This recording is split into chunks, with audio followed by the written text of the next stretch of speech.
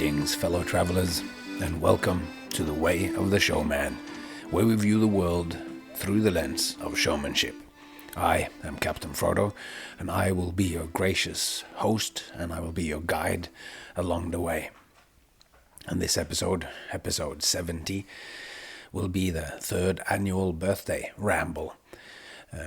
It so happens that my birthday is the same day as the pandemic really started, the 12th of March, as this episode is released on that day. So, each year since the pandemic, I've kind of taken stock of the situation. It sort of becomes a little bit of an time to reflect back on what has changed, because a big change happened in my life, as it did for all of us who follow the way of the showman, not just follow the podcast, but who are out there on the road making a living and making a life from presenting wonderful creations for beautiful audiences around the world. We were all knocked sideways completely, or some of us completely knocked right off the horse or knocked off the showboat we were on, lying there, splashing about in the fantasy as the showmanship sailed away.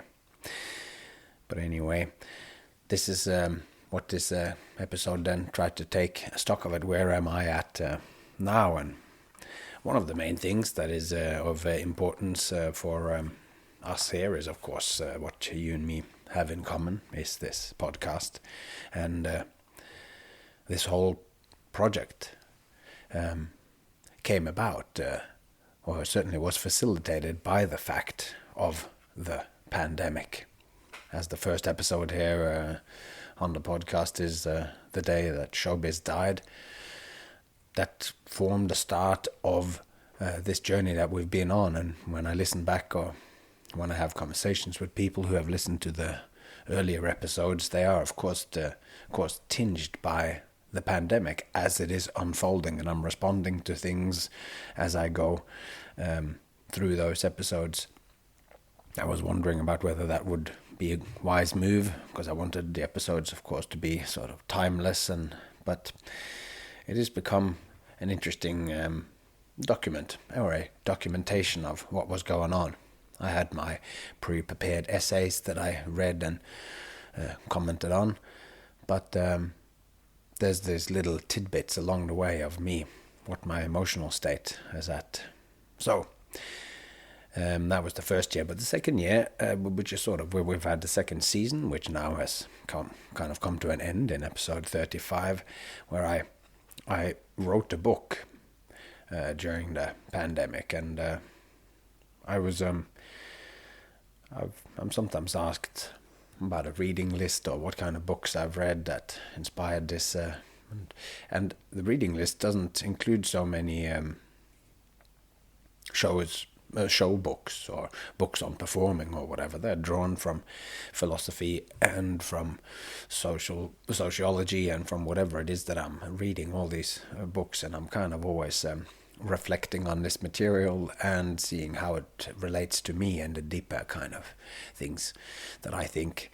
And the book that that has kind of unfolded in this last season too, that I sort of took the advice from there's a great beautiful little book called Steal Like an Artist, where a guy called Austin Kleon has made a list of 10 tips to unlock your creativity.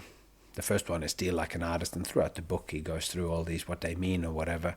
But tip number 3 is write the book that you want to read. And I guess that is what this season has been, or what all the seasons are there.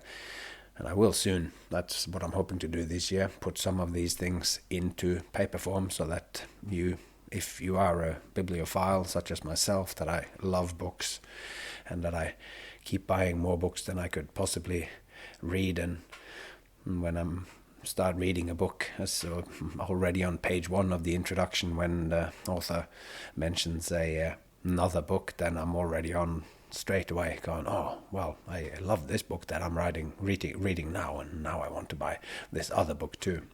So if you do like to have your information also coming in through the eyes, you like books, then I am hoping that this year there will be the first book of The Way of the Showman will come out. So anyway, I took Austin Kleon's advice of writing the book that I wanted to read, where I've sort of summed up all these different, all what you have heard so far. So because I didn't make all of the stuff up that I've talked about in this season just for this season. I've been thinking deeply about what I do for a long time, and the pandemic gave me the time and the inclination to not just think loose thoughts, but to place them into a system. And I knew that somehow all of these random things that I thought about, these snippets of insights that I felt like I had, I knew that it was all related. But we all think so much about what we do and what we read and what we watch, or the stuff that whatever pops out when you're having a conversation with someone. Great ideas emerge, but it takes a long time to organize these thoughts and put them together into one long cohesive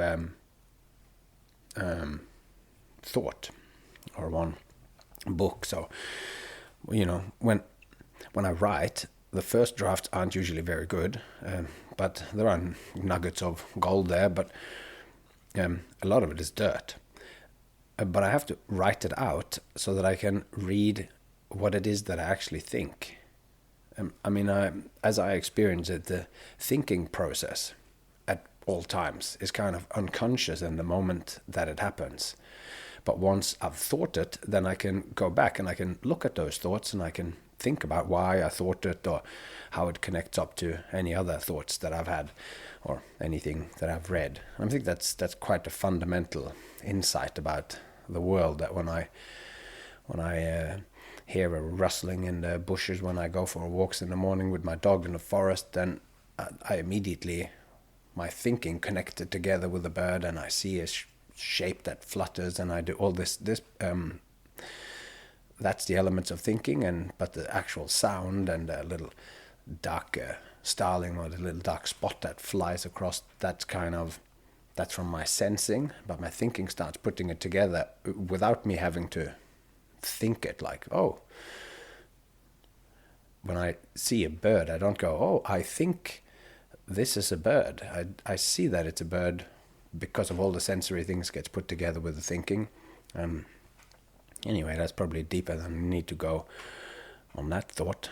But I think thinking first is an unconscious process, and then we can think about it afterwards. And that is kind of what happens when I'm writing. So I write the first draft to see what it is that I think about a subject. And sometimes it surprises me. And even then, when the first draft isn't excellent, you can't improve on nothing. So when I read my draft, I see what I think. And I can then, in rewriting it and analyzing it, then I can think about my thinking, and I can now see even more links, and I can see more clearly what it is that I'm thinking. So this process is long and involved, and I frequently fall into rabbit holes of research on sometimes very trivial things. As soon as I look something up in a book, or look at something that I've written in the margin of a book, or that I've underlined, or when I Google something or go into my notebooks, whether it's my paper notebooks or on my phone, then I'm liable to just spend way more time than I should on just that. So anyway, I wrote and then I rewrote what has become what I thought was going to be a book. And I thought that I would finish that book and then use the podcast to tell people about it, whilst continuing to record episodes more in the style of season 1, where they're not quite necessarily related to what comes next. But then it became clear to me that to finish that so that it would be okay to publish would be such a big job. And as I've mentioned before, then that's what the second season then became. I'm rewriting and shaping it for being able to have the conversations I have with you in it. And slowly the book then sort of took the shape that you have just heard now. And I feel like I need to sum it up now, or that it's okay to talk about it again, because we have just gotten to the end of the final chapter in a what was episode the installment 35, which I think was episode 64, wasn't it? Yeah. So anyway, one of the things that we spoke about right there in the very beginning of this this journey, in about episode 26, where it's called "The Secrets of of Showman," where I sort of talked about this word "show" and "man," and we've talked a lot about both of these things. The show is kind of all the things that are related to performing and all this, and the man is the human being that we are at the same time. We can look at it like that. If showman becomes like one of those signs with many arrows, then show is pointing towards one aspect of our life, and the man is pointing to the human aspect of our lives. These two aspects of the showman are, of course, multitudes of aspects to us, but there's also two sides, and those two makes up the word showman. So I guess today we're kind of also reflecting a little bit on the human side of who I am, because when the pandemic hit in Las Vegas, I, couldn't help but feel like I was failing as a man. Because when the shows disappeared, although it wasn't my fault, it still meant that I couldn't take care of the family anymore. So my wife, as she has followed me out onto the life of the showman on the road, then I am the sole breadwinner, and it's up to me to make the money that makes the external life tick and go. And I'd had trouble doing this one time previously when we wanted to stay in Australia, and there was so much good about that. That was like 2017 or so, and like there was two other, like my daughter was enrolled to go to a Stein school in Australia, a Waldorf school, and as it turned out, in her class in that small town, I was in Byron Bay in Australia, there were two other kids in her class in that school who also had one Norwegian and one Australian parent. So we were like, oh, that's all great.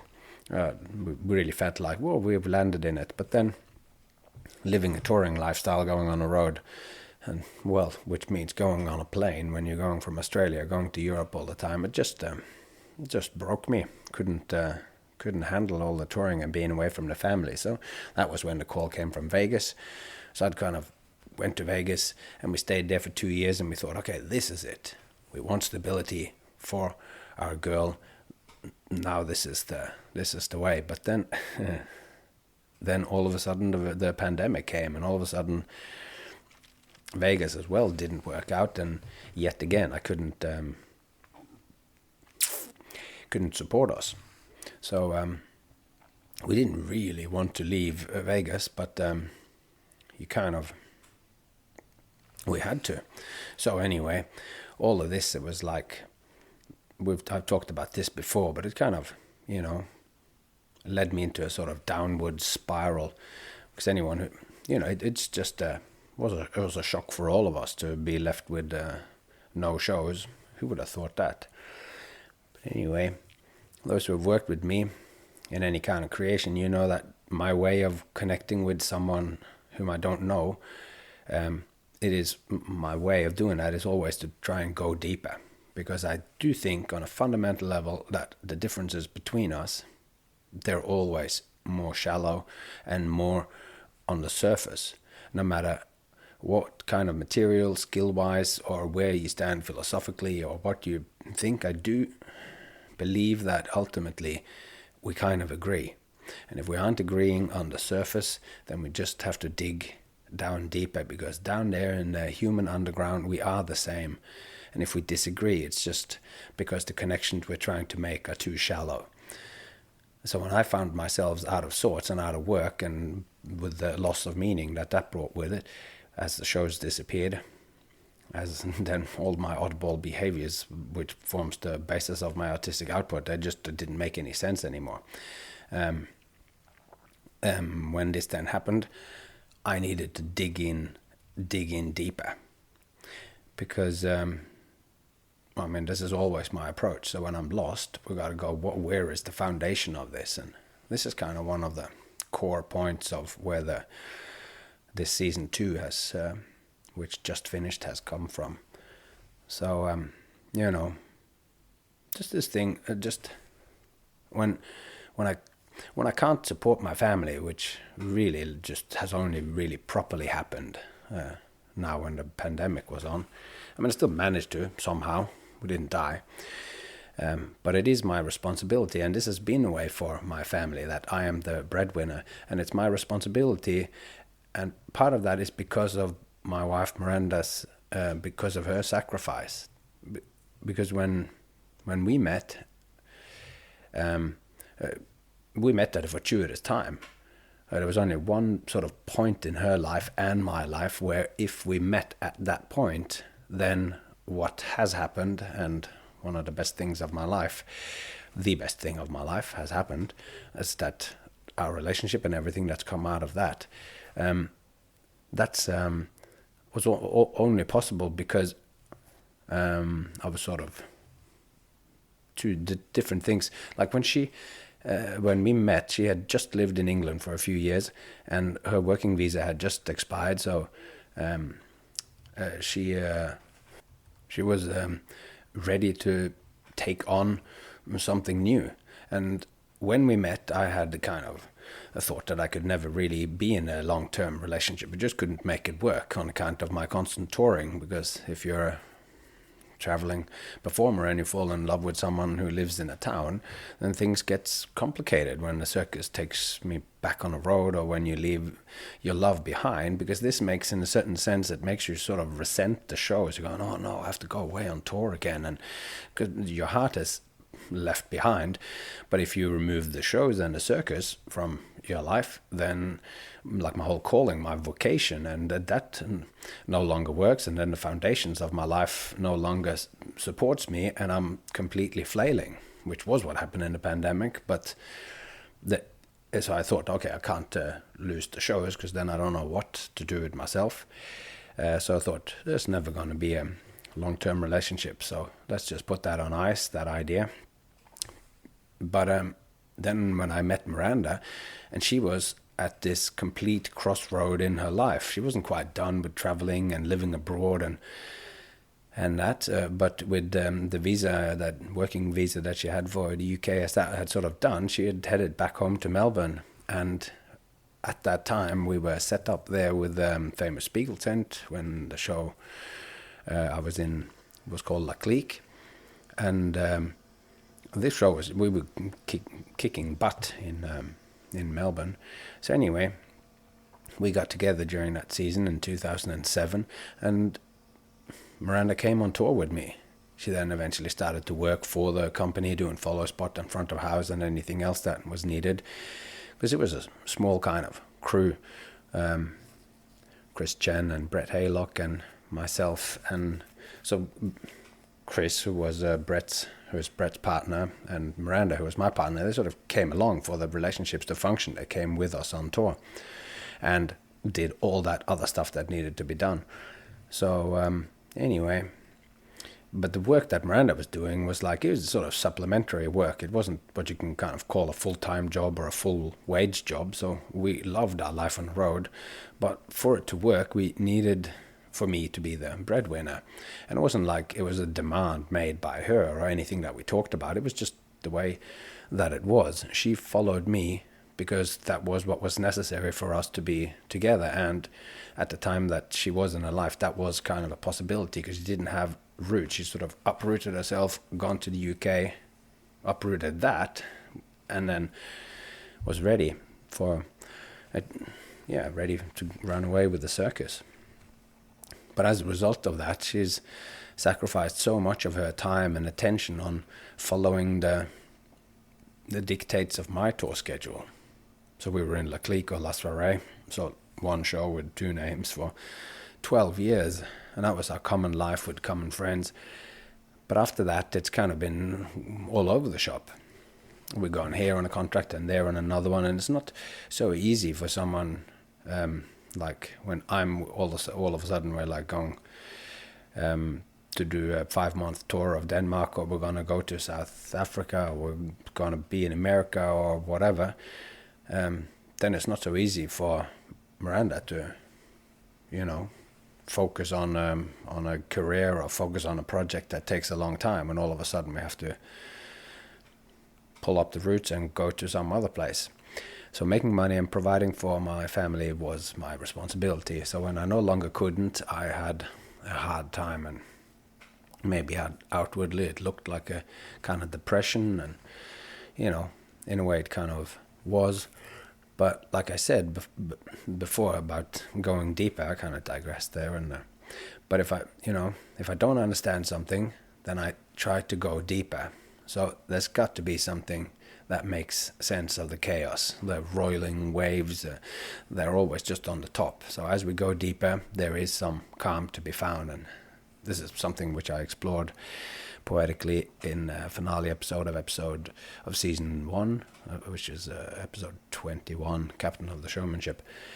But my discomfort or depressive outlook with the whole situation, it sent me into a deep dive, not just in being emotionally unstable, it also sent me into books and study. So over that time, leading up to and overlapping with me writing this thing, I started to read British philosopher and linguist Owen Barfield. I watched John Vervaeke's The Awakening from the Meaning Crisis, a 50-hour lecture series, which is just absolutely amazing.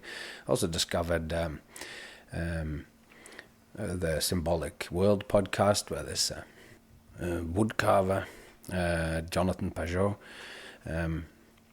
he's an Orthodox Christian, and he carves icons, like Orthodox icons and stuff. So, and he is engaged in a sort of deep project on symbology, and that's related to Christianity, but the approach is kind of similar. And I was watching lots of lectures and stuff, and I was reading Steiner as well, and going deep. And I was also at that point doing daily meditations using Waking Up, Sam Harris's app, and there's lots of great talks and stuff there as well. So all of this was boiling in my head as I started this podcast. And this podcast was my own emotional and intellectual state at the time, reflecting it and that. So I started the podcast before I had worked out all this in detail, but I had the fragments and that. But they were like islands and not mapped properly. So I knew it was one big geography, but as I discovered, it was kind of two geographies, as I talk about in one of the early episodes. But with my outer geography collapsing, I sort of retreated into my inner and sort of started going through all this stuff in my head. But anyway, I kind of needed to prove to myself what I felt. I felt it very strong, but I couldn't quite express it. So maybe I sounded like I was well balanced during the podcasts and whatever, but inside I was kind of drowning. So I guess I expressed some of that, also that in the Captain of the Showmanship episode, number 21. But anyway, all the way through all of this, and I know I'm rambling a little bit now, because these are supposed to be a little bit rambling. Well, they aren't supposed to, but supposed to be a little bit unscripted. But all the way through all of this, Miranda stood by me as I retreated into myself and, losing my financially secure contract, one of the most sweet contracts that I've had. And it just, from one day to the next, it just knocked me on my ass. So when the money stopped, we all of a sudden had sort of fixed amount, and as this ran out, we sold our car, and that bought us another 12 weeks of leeway. And you're in trouble when you're selling your stuff to pay the rent. So that's how Norway came up, and our common goal in all of this was, what are we going to do so that this situation that we're going on now, because this is a dark situation, and it was crazy in that beginning, because how we're going to save our little girl from this dark reality of the situation and turn it into something good. And as I've been pondering, I've kind of realized that that's what my family, the Sandman family, does. Like, my mom and dad did this for me, transformed reality at one of the darkest times that happened when I was a kid. But all I remember from that dark time was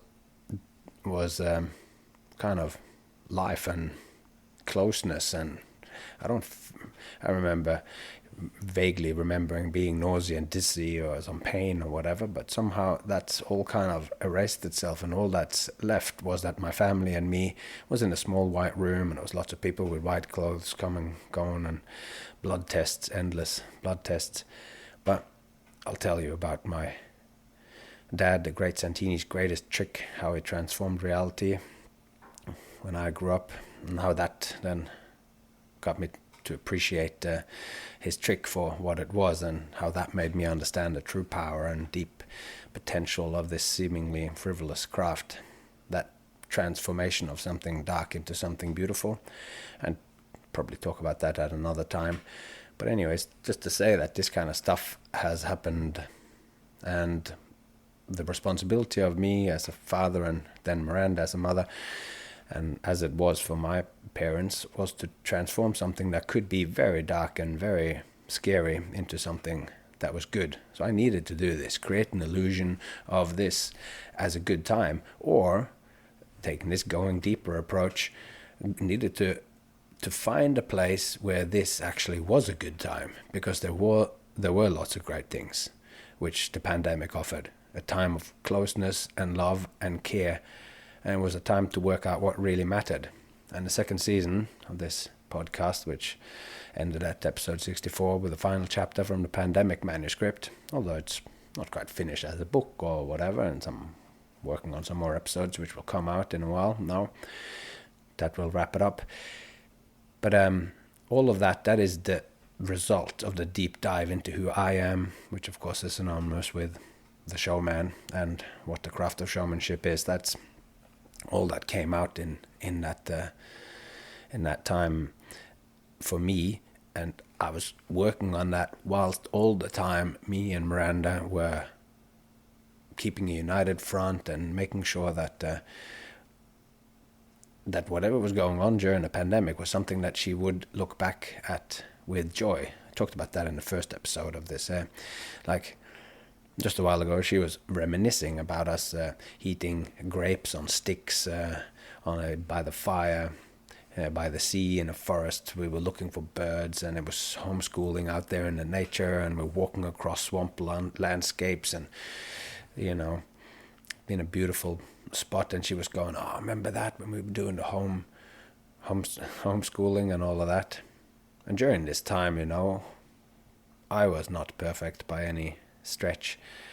I got angry when I should have leaned in and hugged, and I was distant when I should have been close.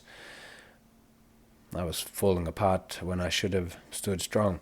Yet through all of these shortcomings, my daughter managed to see my true intentions.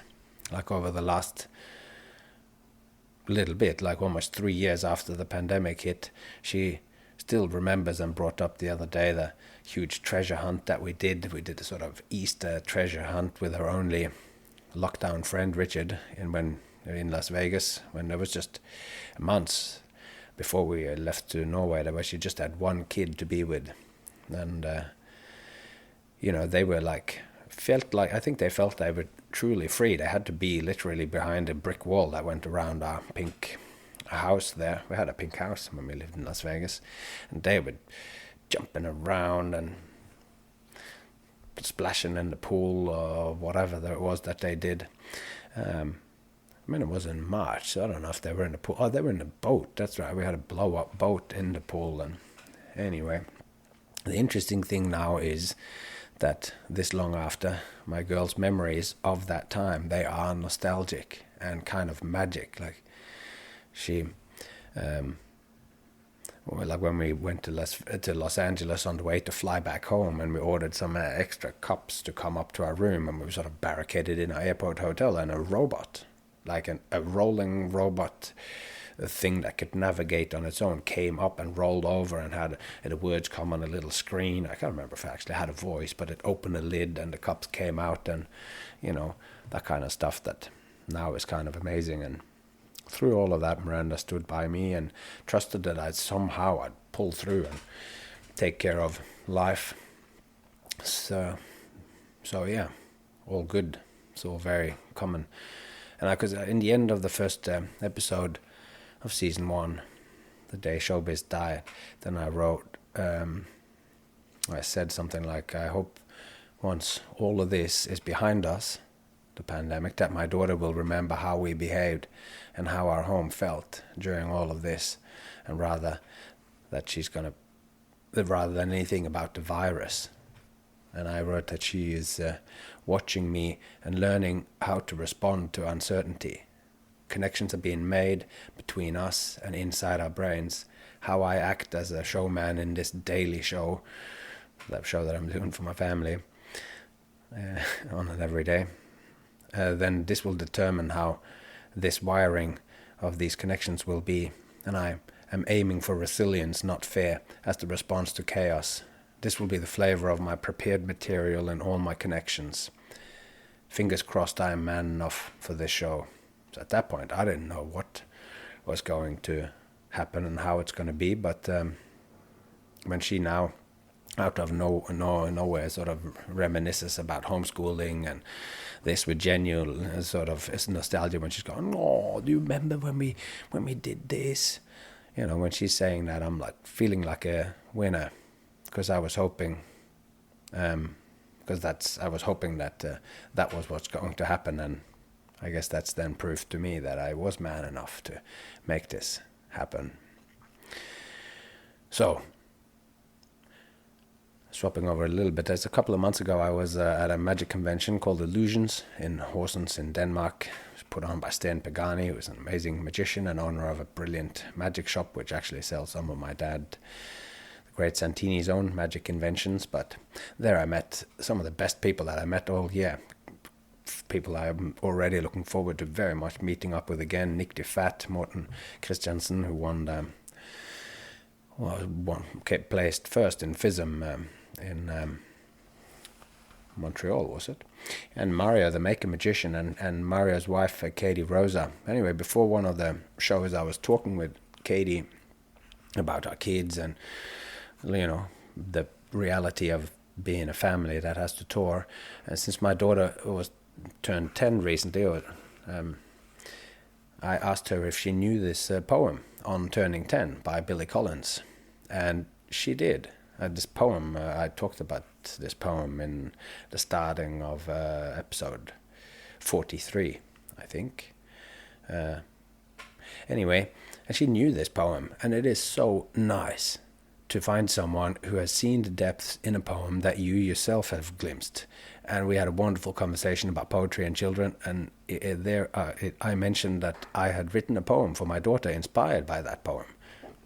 So she asked me to send it to her, and I did, and I thought I'd read that poem now. Maybe I should actually read the poem On Turning 10, even though I have read it some 30 episodes ago. So it's about, this is kind of a poem that if you have been a kid, if you have been 10, maybe you can remember back to it, but it is brought home so vividly when you have a child around you, if you know someone or you have your own child that have turned 10 or that will turn 10, then this will ring very true. On Turning 10 by Billy Collins, from his 1995 collection, The Art of Drowning. The whole idea of it makes me feel like I'm coming down with something worse than any stomach ache or the headaches I get from reading in bad light. A kind of measles of the spirit, a mumps of the psyche, a disfiguring chicken pox of the soul. You tell me it is too early to be looking back, but that is because you have forgotten the perfect simplicity of being one and the beautiful complexity introduced by two. But I can lie on my bed and remember every digit. At 4 I was an Arabian wizard. I could make myself invisible by drinking a glass of milk in a certain way. At 7 I was a soldier, at 9 a prince. But now I am mostly at the window, watching the late afternoon light. Back then it never fell so solemnly against the side of my treehouse, and my bicycle never leaned against the garage as it does today, all the dark blue speed drained out of it. This is the beginning of sadness, I say to myself, as I walk through the universe in my sneakers. It's time to say goodbye to my imaginary friends, time to turn the first big number. It seems only yesterday I used to believe there was nothing under my skin but light. If you cut me, I would shine. But now I fall upon the sidewalks of life, and I skin my knees. I bleed. But now, if I fall upon the sidewalks of life, I skin my knees. I bleed. So my daughter has now turned 10. But when I wrote the following thing, then she was still 9, and turning 10 really is a milestone. Things inside a child is changing, and new things are coming online in the brain, like there's parts of your brain that have just literally shapes and morphs certain aspects of how the world appears to us, and certain parts of it, of how we have related to the world, is now sort of retreating back. And it's this, you feel both grown up, but you also, as I know from reality at the moment, they don't want to sleep in, she might not want to sleep, she doesn't sleep in her own room. She'd rather sleep in with us. Just, she knows it's a bit silly or whatever, or like that, but she wants to. So you're torn. The world is changing and everything. And anyway, so I wrote this poem. I guess it's kind of like amongst poets, this is called kind of like a response poem, because I read that poem that I just read you, and then it triggered this in me. This poem is called Almost 10. The first 6 months you were alive, I did not put you down. I wore you close against my chest for each and every rest, 3 times a day, and often 2, inside my robe at night. And if at all I lay you down, I lay down close and tight. And you marveled at your flailing limbs, not knowing they were you. Biting hard, a captured toe, you cried with shock of pain. Your feet they snapped, and your hands they grabbed, and some lucky times that finger nabbed, and the shock of pain was mine. You knew not where you ended, or where the world began. Between us, blurry boundaries, you and I a span, closer than together. I was formed anew.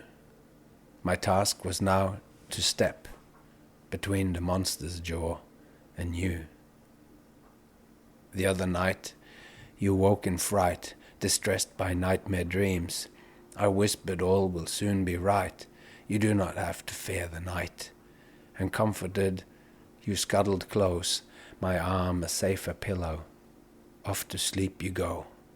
Like oh so many times I lay there with a hope that the alchemy of proximity, way back as first you drew the frontier twixt world and you, a tiny ghostly part of me got left inside to fuse and be a part of your geography. Like oh so many times I lay there with a hope that the alchemy of proximity, way back as first you drew the frontier twixt world and you, that a tiny ghostly part of me got left inside to fuse and be a part of your geography. For now, you're almost 10, and I've long since put you down to wander all around, and this I know is true. The time will come when I'll be too far away to get between the monster's jaw and you. And what I hope and wish the most is that my ghost, my ancient constant presence, the spectre left of me in you, will stand by you at the monster's jaw, whatever shape its maw, and bear the brunt of bite, us two again a span, closer than together. Postscript. The following is not a hope. It is a solemn promise that I will come, I'll run or fly, with bandage if it bleeds. Even if you're far away, I'm there if you have needs. So all of these things, I was thinking about all this, and thinking about this episode and all that, as I was walking my dog in the forest, as I do every day, and about an hour through the trees I go, mountains and hills. And this morning, a couple of months ago, Miranda was back in Vegas for the first time since we left, to hang out with friends, or to go to our friend Asher and Jordan's wedding, but also to send all our stuff back from Vegas. So 2 years of acquired stuff that we had over there, art and books, and we had to leave it all behind in a lockup when we had to quickly leave. But now we can send our stuff back here because we have bought a house in Norway. And whilst Miranda was in Vegas, I dropped off my girl at school, walked in the forest, and then I started moving our stuff, the stuff that we've gotten in the last couple of years, from our rented house into our new house, which is our own house. So now I live in a beautiful house, and the house looks red to me. I look at the world with rose-tinted glasses, but I'm told that it's actually brown, but that's because I am colorblind. So we've sold a house in Australia, and so we kind of swapped it for one in Norway. And our bedroom now, where we all sleep, because we're all still sleeping in a bedroom, it has a slanted roof, and in that roof, directly over where our heads are, there's a little window, so we can see the stars. And when it rains, which it often does in Haugesund, Norway, and I lay with my eyes closed after coming home from yet another weekend away, about to drift off, the sound of rain on the window is like the sound of rain on the metal roof of our caravan along the road. And it's been a strange long ride these last 3 years, but finally we're home again. The storm of the fantasy is finally calmed, and the showmanship is safe and won't sink for a while. Who knows for how long, but now we have a port for my showmanship, one which was safe even in the worst storm. And in it, my anchors are Miranda and Saskia, making sure all my philosophizing, dreaming, and airy ramble stays on course. They're my guiding star, and without them, I would be truly lost over these last few years. Thanks, Miranda, for standing by me, and for Saskia for just existing through thick and thin, sickness and health, till death do us part. And also, now, to finish this up, thanks to you for listening. Now, and through thick and thin, and through sickness and health and pandemic. So thanks to you, fellow traveler, through life along your ways, for listening in on these dispatches from the Way of the Showman. You are an excellent person. Rooms brighten when you walk into them. You have more to offer than most. So, with all that said, there's not much more to say. Next week comes another, or not next week, next episode comes more conversations. And until that, take care of yourself and those you love. And I hope to see you along the way.